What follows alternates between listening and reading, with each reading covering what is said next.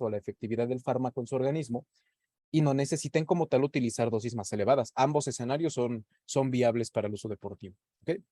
Ahora, vamos a comenzar precisamente a describir la famosa mnemotecnia del ADME o la farmacocinética, el que le hace el organismo al cuerpo, perdón, el organismo al fármaco, en relación en este caso directamente a los esteroides anabólico-androgénicos, que ojo, los utilizo como ejemplo porque son el fármaco más importante y más común que se va a utilizar, pero que sepan que es prácticamente igual en todos los demás fármacos que vamos a estar revisando, simpaticomiméticos o estimulantes en general, anorexígenos, hormonas de crecimiento, todo esto, ¿ok? Primer punto, liberación. A pesar de que suene, pues para muchos algo ya obvio y lo tengo en cuenta, pues la verdad es que hay que hacer mucho énfasis en este punto, sobre todo, ya no tanto les digo para la enseñanza, que también hay que hacer mucho énfasis aquí para los atletas. Hay que hacer mucho énfasis en cómo se tiene que implementar, cómo se tiene que introducir el fármaco en el organismo, en este caso aplicarlo. La liberación de los fármacos va a hacer referencia al punto del cuerpo en el que precisamente tú estás poniendo el fármaco para que se libere. Ese es, digamos, el punto principal o el primer punto más bien que vamos a tener que abordar. Liberación de los fármacos. La más común que nos vamos a encontrar, en este caso en los esteroides anabólico-androgénicos, siempre, siempre, siempre, siempre va a ser una inyección intramuscular. Siempre, no va a haber de otra. Ahorita mencionamos el tema de los orales, pero al menos en cuanto a inyecciones me refiero, siempre es intramuscular. Siempre. No podemos hacer una inyección subcutánea nada más, que es en tejido graso, o una inyección o una introducción del fármaco a nivel intraóseo, por si es que alguien de repente llega a tener el acceso a un dispositivo intraóseo o sabe cómo implementarlo, pues vaya, se puede hacer, pero no va a tener una efectividad, ¿ok? ¿Por qué? Bueno, va a ir de la mano también con el siguiente punto que va a ser la absorción, pero vamos a quedarnos de inicio con el tema de las inyecciones. El hecho de que necesitemos implementar un fármaco de una forma específica no es nada más, digamos, por la comodidad del atleta, que también, o por la propia efectividad por evitar ciertos efectos adversos en el atleta, que también, sino que es principalmente por la efectividad del fármaco. Si tú quieres de verdad aprovechar el fármaco que vas a utilizar, pues tienes que utilizarlo por la vía correcta. Si, por ejemplo, nos compramos todos o les traigo y nos juntamos una ampulita de estas de 10 mililitros con su película de silicona arriba, que son muy comunes en el fármaco deportivo y más aquí en los esteroides, pues ahí está el fármaco. Es testosterona, es trembolona, es una mezcla si quieren, y es de buenísima calidad. Ah, coach, doc, ¿cómo me lo aplico? Ah, pues así, chicos, miren, le cortan aquí la parte de silicón, se lo ponen en las manos y como si fuera ungüento o como si fuera loción, se lo embarran por todo el cuerpo y ya que la piel lo absorba. Pudiera llegar a sonar para algunos atletas lógico y nos ha tocado verlo, pero la verdad es que no. A ver, el fármaco está pensado para poder administrarse y liberarse de una forma específica. El fármaco, veíamos en el desarrollo histórico, primero se desarrolló a partir de la orina del toro, de muchas toneladas de orina de toro, y la primera vez que sintetizamos testosterona de manera pues ya aislada en el laboratorio, fue en una solución acuosa, una solución normal, normalita, líquida, transparentosa. ¿Cuál es el problema de esa presentación farmacológica? Que bueno, era testosterona pura, era de muy buena calidad, era fabricada con los más altos estándares, pero a la hora de aplicarlo al organismo a través de cualquier vía, por la piel, subcutánea, intramuscular, la que ustedes quieran, no duraba tanto en el cuerpo. ¿Por qué no duraba? Duraba en torno a 30 minutos o en el mejor de los casos 2 horas. Y a partir de ella se había eliminado por completo la testosterona de tu cuerpo. Realmente no permitía entonces los efectos positivos y lo únicamente exponía a la persona a efectos negativos. ¿Qué se tuvo que hacer? Meter, digamos, el fármaco en aceite, que esto básicamente es una esterificación del fármaco. Se le añade un éster que también estaremos revisando y este éster con una base oleosa, una base aceitosa, pues permite ahora que el fármaco pueda vivir durante mucho más tiempo en el cuerpo. La vida media del fármaco se extiende, está más biodisponible, es más útil al final del día dentro del organismo. Eso es lo que va a significar. Pero esta propia utilidad viene también con ciertas consideraciones, y es que las sustancias oleosas, grasosas, aceitosas, normalmente se utilizan para permitir también darle cierta protección al fármaco o a la molécula que vamos a estar introduciendo en el cuerpo. Y nos interesa que esa sustancia oleosa se distribuya a lo largo del cuerpo con la mayor rapidez y con la mayor efectividad posible. Ya veíamos en la clase anterior que el fármaco se iba a distribuir, o las hormonas más bien, se iban a distribuir en general a través de la circulación sanguínea. ¿Y a qué partes del cuerpo nos llegaba sangre? A todas. Ahora, una de las partes a las que más sangre nos va a llegar, donde va a haber una corriente sanguínea más agresiva, pues va a ser precisamente la masa muscular, el tejido muscular. Nosotros buscamos inyectar el fármaco en el tejido muscular para que esas propias corrientes de sangre, o vaya, la circulación sanguínea agresiva del músculo, permita una rápida distribución y absorción del fármaco que estamos introduciendo, que estamos liberando directamente en el músculo. ¿Por qué buscamos esta distribución rápida? Bueno, no es nada más, o sea, no es literalmente para que el fármaco actúe rápido. Decimos rápido porque pues es más rápido que en otros lados, pero necesitamos esa distribución rápida para que el fármaco actúe con efectividad. Si el fármaco se tardara, si tú lo inyectas y por alguna razón no te circula la sangre y ahí se está quedando la bolita de fármaco, bueno, sí, sigue siendo fármaco, sí, sigue siendo más o menos útil, pero entre más tiempo tarde en comenzar a circular por el cuerpo, menos biodisponibilidad va a existir. ¿Qué es la biodisponibilidad? La porción real del fármaco que vas a ser capaz de aprovechar. Si tú te estás inyectando 100 miligramos de testosterona para que sea un número cerrado, que es el 100, si te lo estás inyectando vía intramuscular, todo está bien, técnica correcta, no hubo ningún problema, lo más que puedes llegar a perder de esos 100 miligramos es el 10%, o sea, 10 miligramos. De los 100 miligramos que te estás inyectando, asumiendo que algo raro pasó o que eres una persona que por alguna razón destruye demasiado fármaco en el proceso, bueno, pues no te preocupes, más del 10% difícilmente vas a perder. O sea, sí te va a llegar a la circulación sistémica al menos, ojo, al menos 90 miligramos de ese fármaco que estás inyectando. Al menos. En la mayoría la verdad es que va a ser más. Te va a llegar 95, 98, 99. Va a haber una biodisponibilidad cercana al 100%, con pérdidas prácticamente nunca mayores al 10%. O sea, estás utilizando el fármaco de manera verdaderamente efectiva, desde la propia liberación del mismo. Ahora, esto de meterlo en el músculo es entonces para que pueda ser absorbido por los capilares, distribuido por la sangre y pues llevado a todas partes del cuerpo. Coach, Doc, ¿y qué pasa? Pues sí, lo inyecto en la grasita, lo inyecto a nivel subcutáneo, como suele pasar y como de hecho es recomendable para otras hormonas, como la hormona de crecimiento, la GnRH, que son las gonadotrofinas, o inclusive hormonas corticosteroideas. ¿Qué va a pasar aquí? Las hormonas o los fármacos que indiquemos que se inyectan en el tejido subcutáneo en la grasita, puede ser en cualquier grasa. Normalmente solemos recomendar la del abdomen porque es donde suele haber más, pero vaya, puede ser en cualquier grasa realmente. Asimismo, los músculos. Sí, puede ser en cualquier músculo. En teoría o en principio, sí, si me quiero inyectar un fármaco en el bíceps, lo puedo hacer. Pero ¿cuál es el problema? Pues que no se va a recomendar. Hay 3 músculos bien delimitados para su recomendación en inyecciones intramusculares, que son el glúteo, el vasto lateral del cuádriceps y el deltoides, o sea, el hombro. ¿Por qué son esos 3 músculos? Si realmente el efecto es igual sin importar el músculo. Bueno, uno, porque tienen una mejor circulación normalmente, sobre todo el glúteo. Y otra, porque son zonas seguras. Son zonas que no tienen un vaso sanguíneo importante, que no tienen un nervio importante, que es prácticamente imposible que llegues a dañarte algo, al menos si realizamos la técnica de inyección de forma correcta. Entonces, todo fármaco que estés utilizando a nivel deportivo al menos, no tiene efecto local. Y esto se va a respetar, aquí sí se los adelanto, para absolutamente todo el fármaco que vamos a revisar.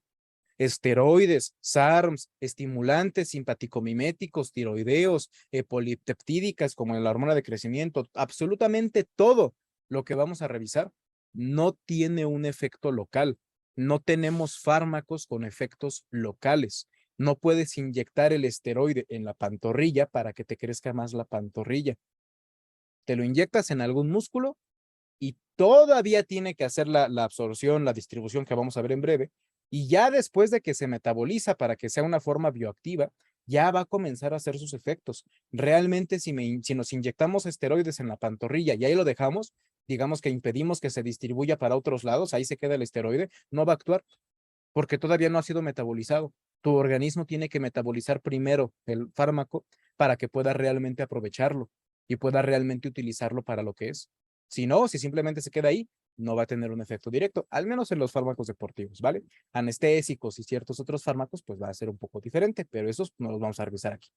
Ahora, mencionábamos entonces que los fármacos que se inyecten en su contrario en el tejido subcutáneo, que es en la grasita, como estas hormonas polipeptídicas que normalmente en comparación a los esteroides que vienen amarillos, que vienen naranjitas, pues dependiendo del color del aceite, vienen en aceite.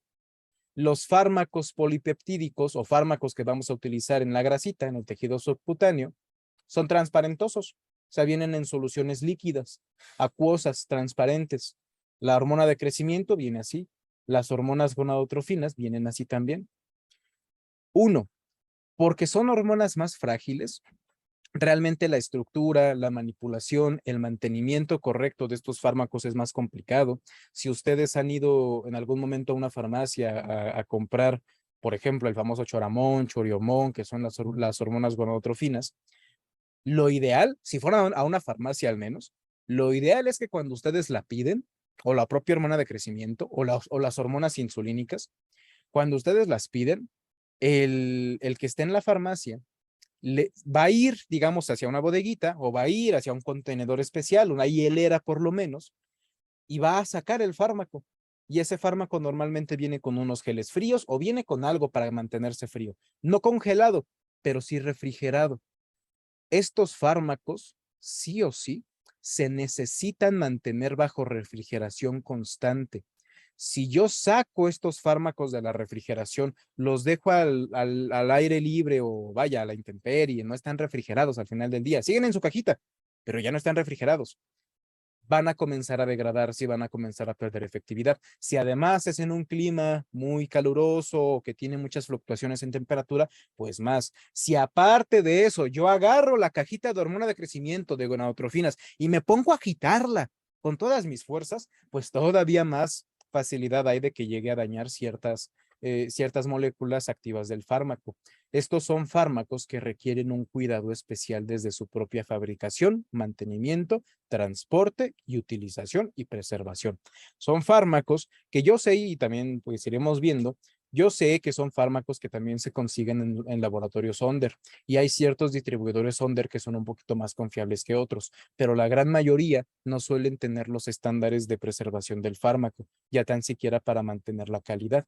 Es decir, sí, me pueden estar vendiendo por ahí un conocido, pues una hormona de crecimiento y unas gonadotropinas oficiales, o sea, de farmacia, de laboratorios como tal, pero es que las están almacenando en un lugar que tiene mucho calor, que tiene mucha humedad, que a la hora de transportarlos no tienen ningún cuidado, y pues no te digo que ya no va a ser efectiva, pero pues va a reducir bastante su efectividad. ¿Qué tanto? Pues va a ser variable. Digamos que es como generar una subdosificación del fármaco por el mal cuidado que se tenga sobre el mismo, ¿vale? Entonces, desde el cuidado, estos fármacos ya tienen que tener ciertas consideraciones. Ahora, ya tengo el fármaco, ya tengo la hormona de crecimiento, la GnRH. ¿Qué pasa si los trato como esteroides y me los inyecto en el músculo? Pues para que circulen más rápido.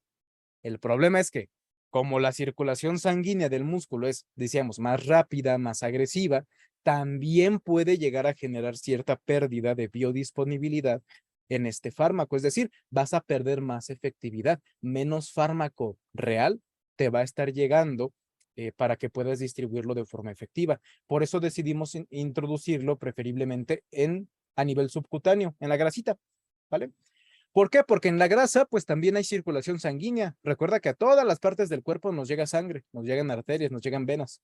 Pero la ventaja que tiene la grasa o el tejido adiposo es que es una circulación más, digámoslo así, más lenta, menos agresiva, es más suave el flujo sanguíneo ahí, es más dócil con el fármaco que estemos introduciendo.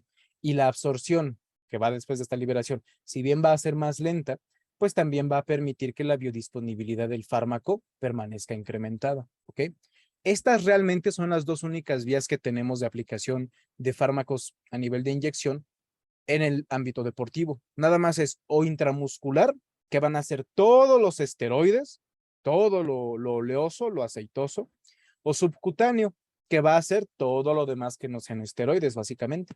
Son las dos únicas vías de administración por inyecciones que vamos a tener. Aquí tenemos, como les mencionaba, primero en las dos imágenes de abajo, los músculos más recomendados para poder aplicar una inyección intramuscular. Primero, a nivel de los glúteos, se suele decir o dar la indicación de divides el glúteo en 4 cuadrantes y el superior externo, que sería pues aquí arriba a la derecha en el caso del glúteo derecho, o superior izquierdo en el caso del glúteo izquierdo, esa zona es en la que puedes inyectar. La inyección se realiza en un ángulo de 90 grados, o sea, perpendicular, formando aquí una escuadra, una L, directamente con la piel. Buscamos que la aguja penetre lo más profundo en el músculo. Ahora, aquí como recomendación, únicamente como recomendación, hay varios, cambia a veces dependiendo la denominación del país, pero normalmente se suelen indicar los tipos de jeringa por colores. No es lo más correcto porque el color, como les comento, cambia, pero vaya, por colores hay un tipo de jeringas que por lo menos aquí en México las tenemos clasificadas con el color azul, un azul más claro de hecho, que son las jeringas intramusculares pediátricas. Son de un calibre pequeño, lo que significa que aquí la punta del bisel, digamos, agujerito por donde va a pasar el fármaco es pequeño. Y la longitud propia también de la jeringa no suele ser tan grande, suele ser de 2 centímetros, 3 centímetros, a lo máximo que puedan encontrarse una pediátrica. Esta la suelen utilizar mucho, pues porque el piquete es menos agresivo, porque el piquete duele menos, porque se siente menos, porque, pues sí, es una aguja pediátrica, es para niños, es para causar el menor daño posible, pero aquí es donde les comento lo de la recomendación. Sí, sí lo pueden utilizar. Si quieren utilizar jeringas pediátricas, háganlo. Pero el problema de las jeringas pediátricas es que por lo mismo de que este agujerito es pequeño, pues normalmente no suele permitir el correcto pase del fármaco a través del mismo. Y a veces hay que aplicar presión excesiva que puede llegar a dañar también parte del fármaco. Otra, a veces no es tan grande o tan larga la aguja y dependiendo la composición corporal de cada atleta, puede no llegar a las fibras más profundas del músculo, que es donde se prefiere poder inyectar para que haya una correcta liberación del mismo fármaco. La recomendación que les doy, o que yo les pediría, de hecho, que realmente más una solicitud que una recomendación. Si vamos a estar utilizando fármaco a nivel deportivo, pues en personas que hacen ejercicio, en personas que tienen un desarrollo muscular mínimamente decente, pues vamos a utilizar ahora sí que jeringas de adulto, vamos a utilizar jeringas que realmente tengan un calibre grande, un calibre grueso. Aquí hay unas jeringas que suelen denominarse de color negro, que son las que tienen el calibre más grueso, la propia jeringa es más larga, o unas que son como de un color verdecito, que también ya son para adulto, que tienen un calibre por lo menos más grueso que el de las pediátricas. ¿Por qué? Una, porque me garantiza que sí o sí voy a estar introduciendo el fármaco a nivel intramuscular gracias a la longitud de esas jeringas. Y me garantiza también que el fármaco va a pasar sin ningún problema, porque el calibre de la aguja es lo suficientemente grande, lo suficientemente grueso, como para que no haya dificultad en introducir el fármaco. ¿Duele más? Pues, pues realmente yo les diría que no duele, pero vaya, sí, suele ser más traumático, sí es una jeringa más grande, sí se ve que es una jeringa más gruesa, pero vaya, es fármaco deportivo y es un piquetito, no pasa nada. Además, después de que se realice la inyección, pues realmente no tendría por qué quedar ninguna molestia. Si llega a quedar alguna molestia después de realizar una inyección, revisar simplemente la técnica de inyección, ahora sí que es algo que se va a ir aprendiendo conforme se vaya practicando y preferiblemente en las primeras inyecciones en atletas que no tengan experiencia, pues acudir a un consultorio médico, a un consultorio o a un lugar donde haya enfermería simplemente para la aplicación del fármaco. Y ahí te van a decir cómo se aplica, te van a mostrar el procedimiento y se puede aprender de mejor manera. Cuando solíamos impartir este tipo de cursos de manera presencial, tanto en maestrías como en diplomados completos, a mí me gustaba poder enseñarles a fondo cómo se realizaban los procesos de inyección y de dos formas bien diferentes. Cómo se realiza el proceso de inyección en otra persona y cómo se realiza un proceso de autoinyección, que realmente cambia bastante la cosa. En los procesos para inyectar a otra persona, la recomendación suele ser que la jeringa entre, no les voy a decir rápido porque no es la palabra, pero que entre de manera firme, constante y básicamente no te detengas, no vayas introduciéndola poco a poco. En los protocolos de autoinyección es al revés, al menos cuando no hablamos de una inyección de emergencias. En los protocolos de autoinyección tú sí puedes ir introduciendo la jeringa muy lentamente, o vaya, más lentamente que lo normal, para que vayas notando las sensaciones y puedes generar una inyección sin absolutamente ninguna molestia. Ahora sí que esquivando casi todos los nerviecitos que puedan llegar a generar molestias. Son diferentes, pero pues ahora sí que no los vamos a poder profundizar tanto, ¿no? En este tipo de clases, pero simplemente sí les doy la recomendación de, si no se tiene experiencia previa en el uso de inyecciones, acudan a un profesional a que lo haga y él mismo les va a ir explicando. Ya una vez vayan adquiriendo la experiencia, mantengan el protocolo de inyección lo más estéril, lo más seguro posible, siempre en un ambiente limpio, siempre después de que ustedes estén limpios, siempre con métodos de antisepsia correctos, siempre con material nuevo, ahora sí que siempre con los protocolos adecuados. No es raro que nos encontremos tanto, o sea, en los baños de los gimnasios, de repente vemos que hay ciertas jeringuitas, hay émbolos por ahí tirados, hay agujas, que aparte de ser peligroso para los demás, pues supone un foco de infección para el que se puso esa inyección. U otra que personalmente me preocupa un poco más, que muchas veces nos llegan atletas con uso de fármaco, pero que literal van cada semana a quién sabe dónde y les dan una jeringa ya precargada, ya llena. ¿Qué te estás metiendo? Ay, quién sabe, doc. Mire, es esta jeringa que voy y me dan. Y nos enseñan la jeringa pues ya abierta o ya directamente sin ningún empaque. Es la pura jeringa con su tapita, con su capuchón.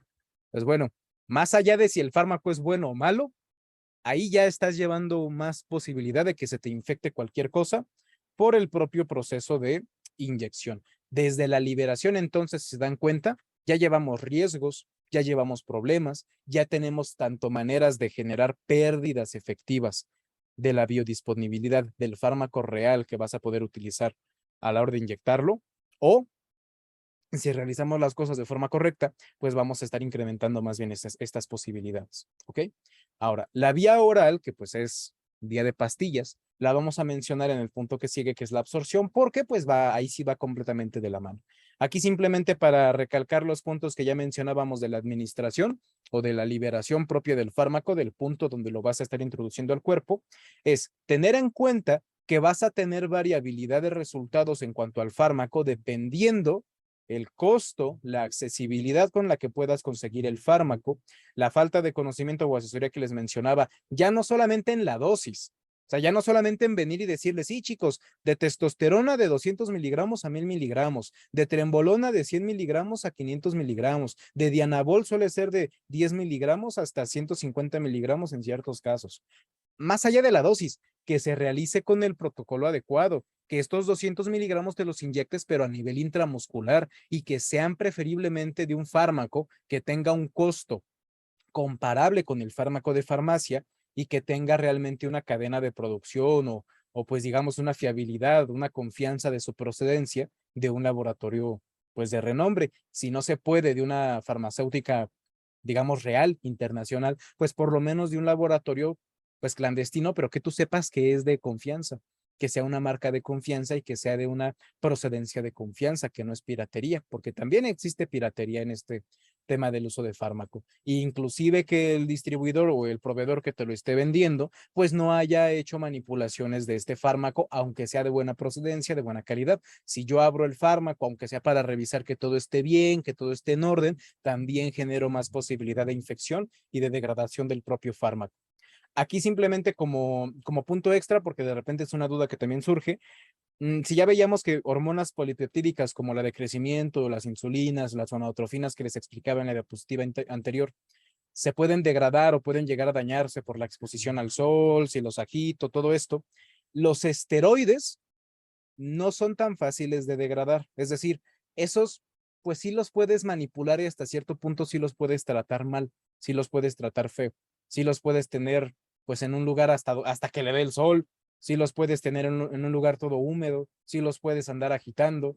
No es lo recomendable, evidentemente, si hay riesgos, pero sí suelen aguantar. O sea, no suele haber una recomendación como tal del fármaco. La única recomendación que yo les daría por el riesgo de infección y de degradación del fármaco es, si tengo un fármaco que ya advierto, lo almacené y ya se me olvidó, ya no usé fármaco y en un año quiero volver a utilizar fármaco.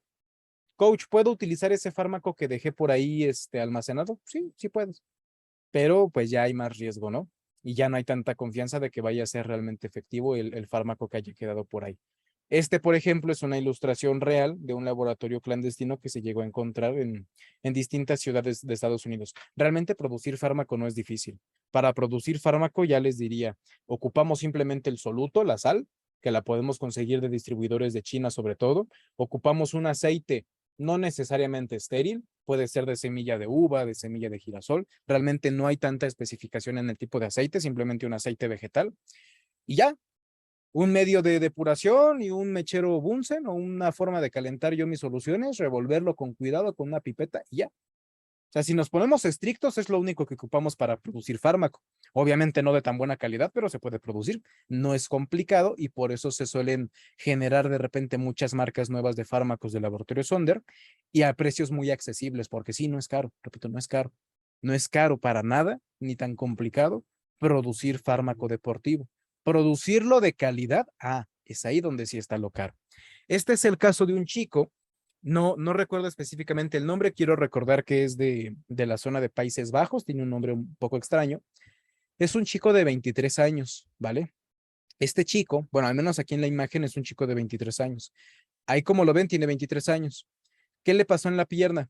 Bueno, era un usuario de farmacología deportiva. ¿Los esteroides hacen eso? No, no los esteroides. Los malos protocolos de inyección son los que pueden llegar a generar este tipo de infecciones, que puedan llegar a generar todavía más problemas, en este caso en la necrotización o pérdida completa del tejido funcional de una extremidad, en este caso fue su pierna izquierda. Este chico, o este caso, se hizo famoso en particular porque el chico lo hizo público. O sea, el chico fue muy honesto. Miren, pues sí, utilizaba fármaco. ¿Y cómo lo utilizaba? No, pues yo me inyectaba en los gimnasios. La verdad es que pues, sin guantes, jeringas que a veces, pues no es que estuvieran usadas, pero que ya me daban abiertas. Se realizaba sin los procesos, sin los correctos protocolos de control de infecciones y termina generando este tipo de problemas. A todos les va a pasar, no, no a todos. Este es un caso grave, es un caso extremo, pero por lo menos que sepamos que pues es uno de los escenarios a los que nos estamos exponiendo también al usar fármaco.